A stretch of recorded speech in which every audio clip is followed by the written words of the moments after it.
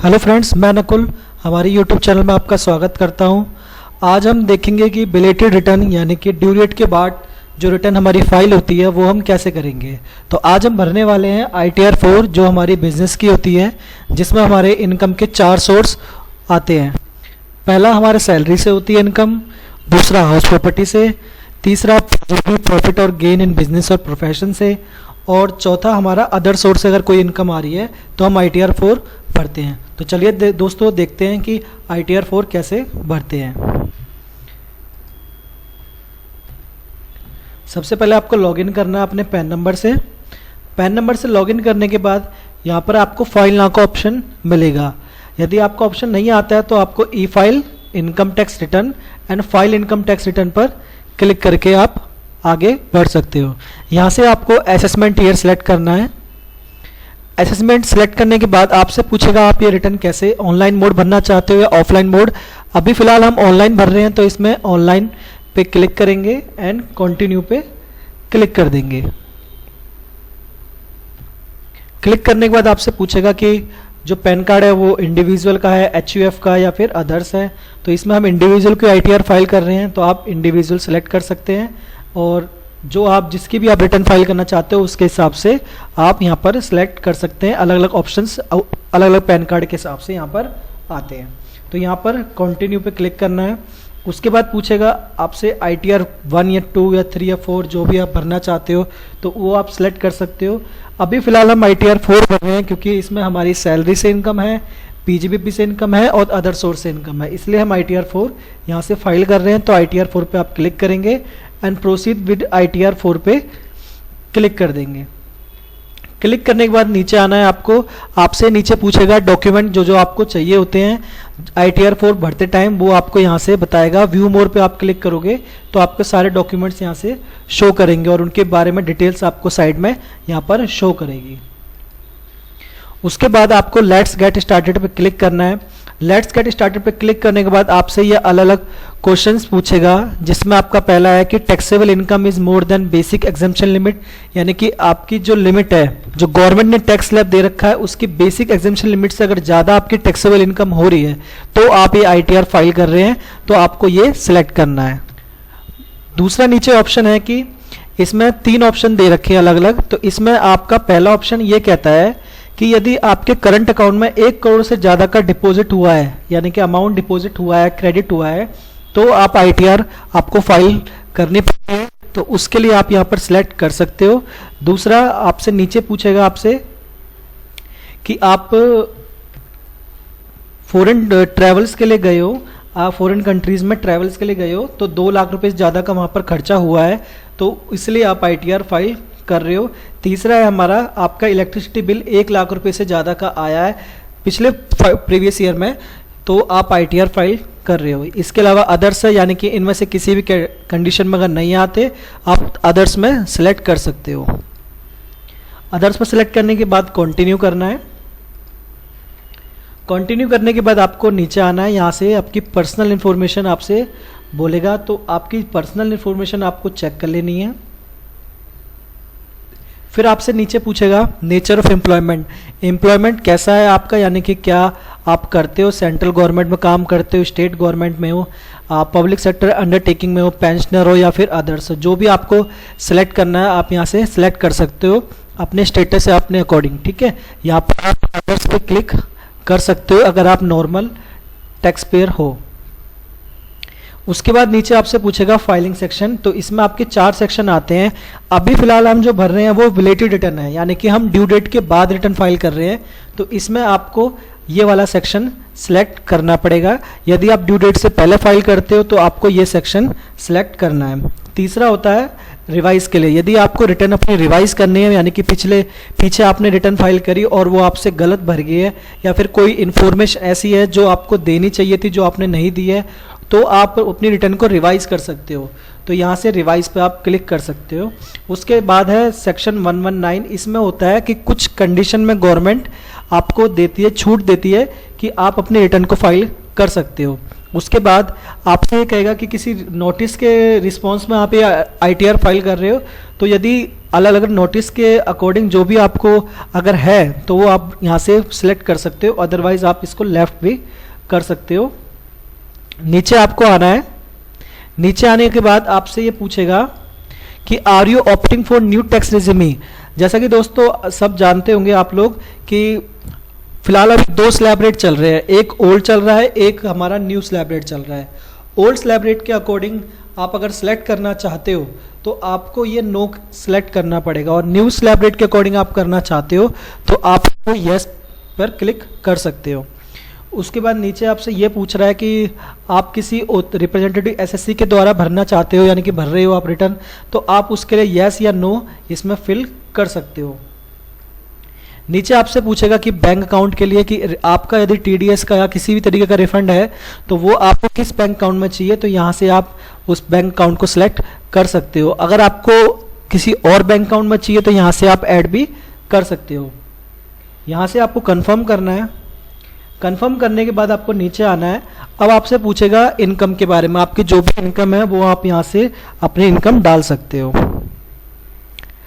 कुछ क्वेश्चंस पूछेगा जिसमें आपको अलग अलग एग्जेम्पशन मिलती है सेक्शन 10 के अंदर, तो वो अगर है तो आप अपने यस कर सकते हो और उस लिमिट को आप यहाँ पर मेंशन कर सकते हो, नहीं है तो आप नीचे स्किप कर सकते हो इन क्वेश्चंस को।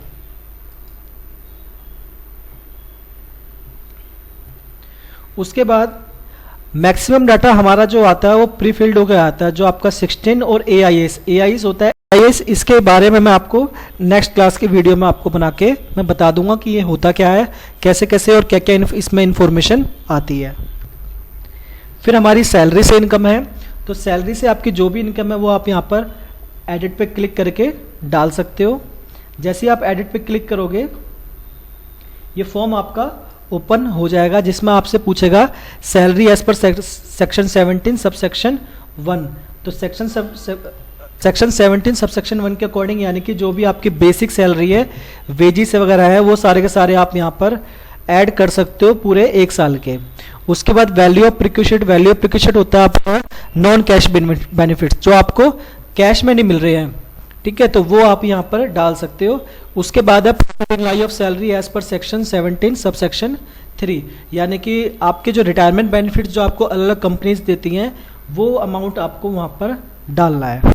यहाँ से अमाउंट डालने के बाद यदि आपकी कोई एग्जाम्पशन है, यानी कि एचआरए वगैरह किसी चीज़ की एग्जाम्पशन आप लेना चाहते हो तो वो आप यहाँ से डाल सकते हो। फिर आपको नीचे आना है, इससे आपकी नेट सैलरी निकल आएगी। नेट सैलरी में से आपको डिडक्शन मिलती है, गवर्नमेंट अंडर सेक्शन 16 में आपको डिडक्शन देती है फ्लैट 50,000 की, यानी कि 50,000 रुपये की आपको डिडक्शन देती है, तो वो आप डिडक्शन यहाँ से ले सकते हो और यहाँ पर सेव पर क्लिक करके आगे बढ़ सकते हो। उसके बाद यदि आपकी हाउस प्रॉपर्टी से इनकम है तो वो आप यहाँ पर डाल सकते हो। यदि आपने लेट आउट कर रखी है अपनी प्रॉपर्टी और उससे आपको रेंट आ रहा है तो वो आप यहाँ पर डाल सकते हो।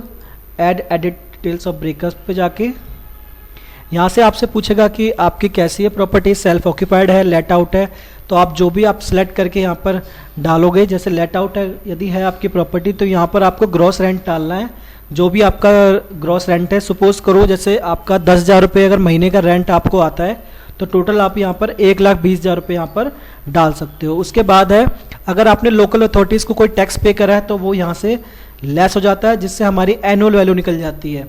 उसके बाद उस एनुअल वैल्यू पर 30% गवर्नमेंट डिडक्शन देती है अलग अलग चीज़ों पर। उसके बाद नीचे है interest payable on borrowed capital, यानी कि आपने जो कैपिटल यानी कि जो आपने प्रॉपर्टी खरीदी है, मान लो आपने लोन पे खरीदी है, उसका आप इंटरेस्ट पे कर रहे हो तो वो आप यहाँ से लेस कर सकते हो। उसके बाद नीचे है एरियर्स अनरिलाइज्ड रेंट, यानी कि वो रेंट जो अभी आपको मिला नहीं है, ठीक है, पर इस फाइनेंशियल में आपको मिल जाएगा, उसको आपको 30% लेस करके डाल देना है। सपोज करो कि आपको 10,000 रुपये रेंट आपका आना है तो वो आपको पिछले साल ना मिल के आपको इस साल मिला है, तो वो आपको यहाँ पर 30% लेस करके, यानी कि 10,000 में से 3,000 लेस करके आपको 7,000 यहाँ पर डाल देना है। वो आपका ऐड हो जाएगा, जिससे आपकी हाउस प्रॉपर्टी की इनकम कैलकुलेट होके आ जाएगी। उसके बाद डाटा डालने के बाद आपको ऐड कर देना है। ऐड करने के बाद आपको नीचे आना है। नीचे आपसे पूछेगा इनकम फ्रॉम बिजनेस और प्रोफेशन, यानी कि आपकी इनकम है बिजनेस से या फिर प्रोफेशन से, तो वो आप यहाँ पर डाल सकते हो और या ऐड डिटेल्स पे क्लिक करके। नीचे आपसे पूछेगा कि आपका बिजनेस का नाम क्या है, तो आपको अपने बिजनेस का नाम यहाँ पर डालना है, बिजनेस का नाम, और आपको यहाँ पर बिजनेस कोड अपना सेलेक्ट करना है। बिजनेस कोड डालने के बाद आपको ऐड पे क्लिक कर देना है। ऐड पे क्लिक करने के बाद आपको यहाँ से पूछेगा ग्रॉस टर्नओवर और ग्रॉस रिसीप्ट, यानी कि जो भी आपकी टर्नओवर है और आपको जो भी ग्रॉस रिसीप्ट हुआ है वो आपको यहाँ पर डालना है। अगर आपके बैंक में जो भी क्रेडिट हुआ है वो आपको यहाँ पर डाल देना है, और यदि कैश में यानी किसी और अदर मोड में आपको क्रेडिट हुआ है तो वो आपको यहाँ पर मेंशन कर देना है। उसके बाद नीचे आपसे पूछेगा कि आपकी इनकम कितनी है, तो इसमें मिनिमम आपको 6% लेना ही पड़ेगा यदि आपके बैंक में या फिर इलेक्ट्रॉनिक मेथड से आपको क्रेडिट हुई है तो। नीचे आपको पूछेगा 8% होती है आपकी एनी अदर मोड में, यानी कि कैश में आपको कोई रिसीव हुआ है तो उसका आपको मिनिमम 8% आपको यहाँ पर डालना पड़ेगा, वो ही गवर्नमेंट आपकी इनकम मानती है। इनकम डालने के बाद बिजनेस की आपको यहाँ पर प्रोफेशन पे क्लिक करना है। अगर प्रोफेशन से आपको इनकम आ रही है, यानी कि आपकी कोई प्रोफेशनल सर्विस है जो आप यहाँ पर इनकम आप डालना चाहते हो, तो वो आप यहाँ से सिलेक्ट करके डाल सकते हो। उसके बाद आपका गुड्स कैरिज है, यानी कि आपकी जीटीए गुड्स ट्रांसपोर्ट एजेंसी है, उससे आपको इनकम आ रही है तो उससे डिटेल आप यहाँ पर डाल सकते हो। सारी डिटेल्स डालने के बाद यहाँ पर आपको ऐड पे क्लिक कर देना है। ऐड पे क्लिक करने के बाद नीचे आना है आपको, यहाँ से आपका प्रीफिल डाटा आ जाएगा जो भी आपने AIS में या फिर फॉर्म 16 में हमारा शो कर रहा होगा।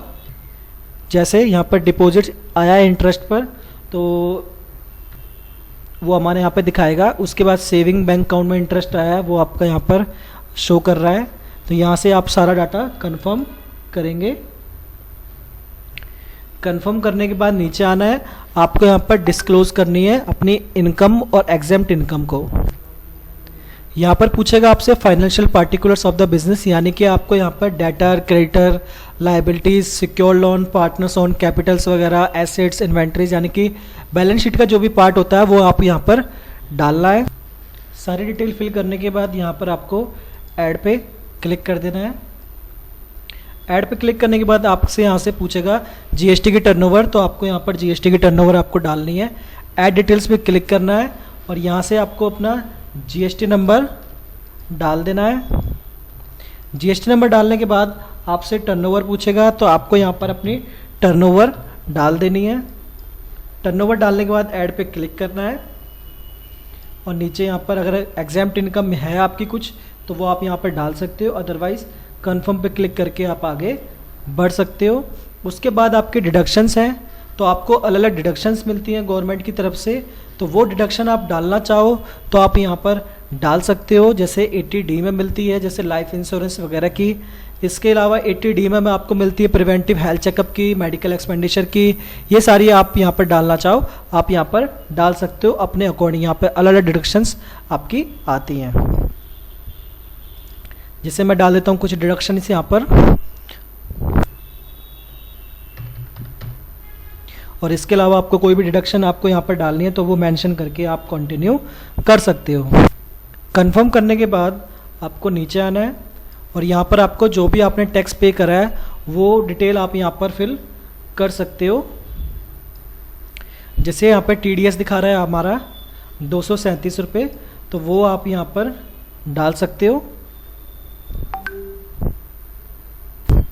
यहाँ से कंफर्म करना है आपको अपना जो भी अमाउंट है। नीचे आपसे टोटल टैक्स लायबिलिटी कहेगा।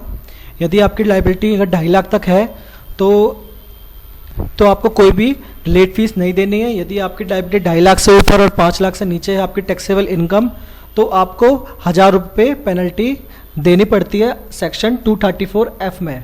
यदि 5 लाख से ऊपर आपकी चली जाती है तो आपको 5000 रुपये देना है और साथ में आपकी जो टैक्स लायबिलिटी है वो भी आपको पे करनी है। यहाँ से आपको डिटेल सारी चेक कर लेनी है एंड कन्फर्म पे क्लिक करना है। कन्फर्म पे क्लिक करने के बाद नीचे आपको प्रोसीड पे क्लिक करना है। प्रोसीड पे क्लिक करने के बाद यहाँ पर 760 रुपये आपसे पेमेंट करने के लिए कह रहा है, तो ये हम पे कर देते हैं। पे करने के बाद आपका इस तरह से चालान निकलेगा। इस चालान की डिटेल्स आपको फिल करनी है। टैक्स पेड में जाके टैक्स पेड में यहाँ पर आपको आना है और यहाँ पर एडवांस टैक्स और सेल्फ असेसमेंट टैक्स पेमेंट्स में क्लिक करना है और ऐड नदर पे यहाँ पर क्लिक करना है। यहाँ आपसे पूछेगा BSR कोड, तो आपको यहाँ से BSR कोड देख के डाल देना है। उसके बाद चालान सीरियल नंबर मांगेगा आपसे, तो चालान नंबर ये है हमारा, तो ये आपको यहाँ पर मेंशन कर देना है।